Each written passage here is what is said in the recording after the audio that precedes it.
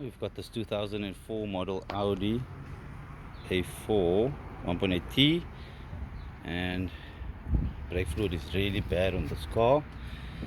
This is fresh brake fluid that we threw in so that we can bleed the system, but the brake fluid is actually, you'll see in a second, it's not actually a really nice color.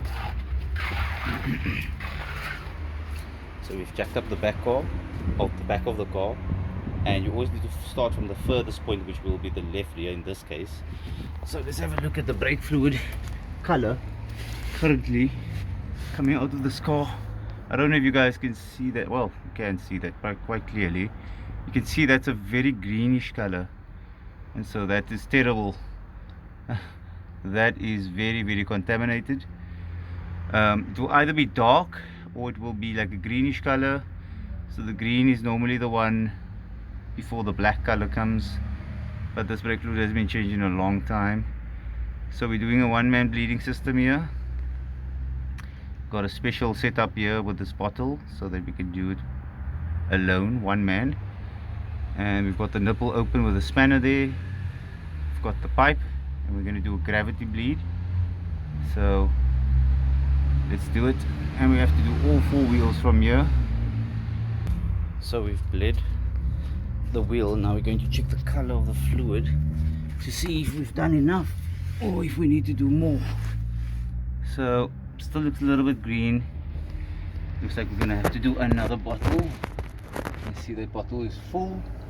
We're gonna have to top up the brake fluid and then do another bleed, because this is the furthest point, so it will have the most brake fluid to bleed from the wheel.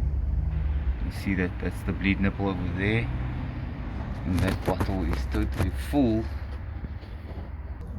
So it's always very important to top up the brake fluid. As you can see, the level's gone down, so you gotta top that up until it stops dropping. So you'll see it will go a little bit down slowly, wait a little bit, top it up all the way so that no air can come in there, and then you continue the bleeding process. In this case, we're going to go back to the left rear wheel, and we fill the bottle a little bit so that the air doesn't come through when you release. So when you're pushing the brake pedal down, you're pushing the fluid through, it's perfect. When you're releasing the pedal up, it's going to pull air in, and thus you have to add a little bit of brake fluid there so that the air goes inside the fluid and doesn't suck air up, it sucks fluid if it sucks back. So let's continue with this installation of this brake fluid bottle and then start the bleeding process again. And so what I've done, I've reinstalled the brake fluid bottle in the gravity setup, and there's the bottle, there's the pipe coming down. What I've done here is I've left the ring side of the spanner on there to grant easy access. If you find this difficult, this is a very tough car to get in here. You've got to kind of know your way around it, especially on these Audis at the rear.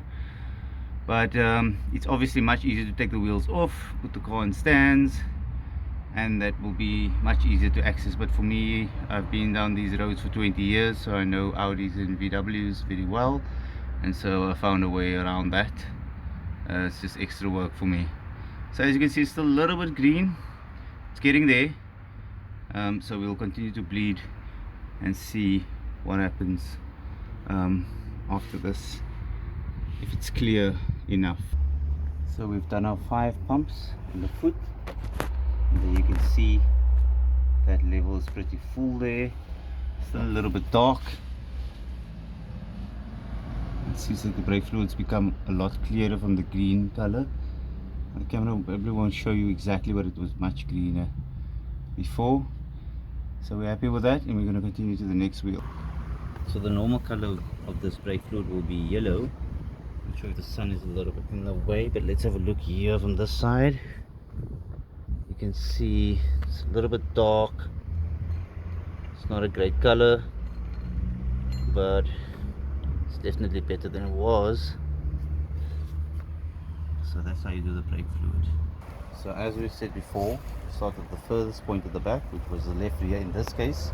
It depends where your brake fluid bottle is sitting. If it's sitting on the left front, then your right rear will be your furthest point. If it's sitting on the right front, your left rear will be the furthest point. And then now we will go to the right rear, which will be the next furthest point, because the front of the car will be nearer to the bottle. So remember that between the pumping process, we've got to top up brake fluid. So we've got some BMW brake fluid, which is fine, because the rating is important. This is .5, I mean .4, and this is .4. You get .5 as well. So we'll just add that little bit in there. There still seems to be some brake fluid that we can use there. So as long as the rating, check your car's specification, what rating you use. If you use a thinner brake fluid, use the 5.1, because that's the latest for the newer cars. And rather just stick to the specification. So now we're going to go on with bleeding the right rear wheel. So I've just opened this caliper. Excuse me. Excuse me. And as you can see, that is clearly yellow. That is clearly very green. And you can see the gravity is working. Check at that. If you measure it against the spanner, you'll see it will go past the spanner, so you can definitely see it's going up on its own. But obviously to assist it, you need to pump the brake pedal. So we're going to do that, and I'll show you how to pump it as well to do it correctly. So again, you just want to check the brake fluid level. Is it correct? High enough, no air can go in there.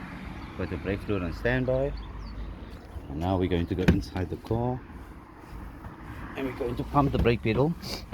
I've calculated on this car, it takes 5 times of pumping for it to come up.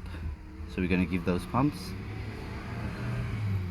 Slowly depress the brake pedal, 1, and slowly release, no rush. 2, 3, right down till the floor, right up, 4, and 5. And now we're going to check if the bottle is full. If it's not, you can give it another pump. So we can clearly see the fluid has gone down, which means the process is working. Go to the back of the car, check the brake fluid bottle. Clearer view would be here. There you can see the bottle is quite full and quite dark. So you can see the fluid was definitely contaminated. And there we go. Now we're going to do the release, which I'll show you in a moment.